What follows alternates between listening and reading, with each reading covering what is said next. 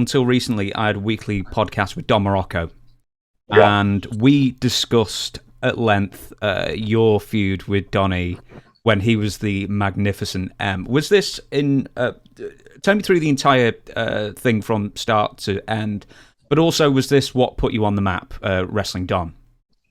Yeah, well, I've been there. I was wrestling Reggie Parks, Raul Mata, Ted Heath, you know, just, regular guys. And then Muraco was television champion. And I guess Dusty had the idea, he said, I'll go Broadway with Muraco. So the first time I worked with him on TV, he beat me after right at the time. So then I challenged him the next week, and we went Broadway. And then we went through the time limit all the way around Florida.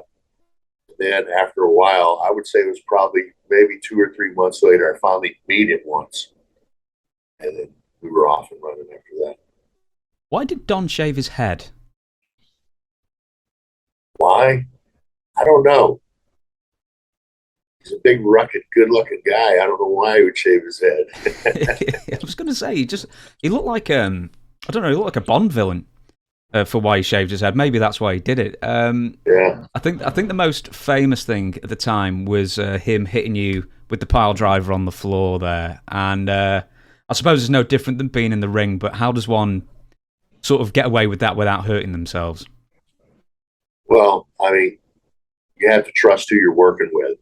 And, I've had guys hurt me on that exact move. But Don, was right there. He's got big legs. He put my head down there between his legs, kept his knees bent. We were good. He's a professional. Yeah. I always like to hear a great story about Don. And aside from the fact that he always gets fired in the funniest ways from wherever he's working, he's told me about so many stories. But as a wrestler, he always downplays how good he was. But you tell me how great he was.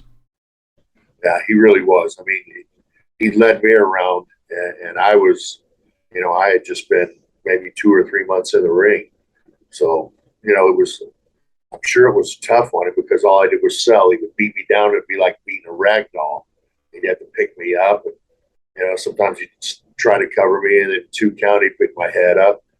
But, it was we're just trying to establish my character as somebody that won't quit, that'll keep on. And Don was right there with it.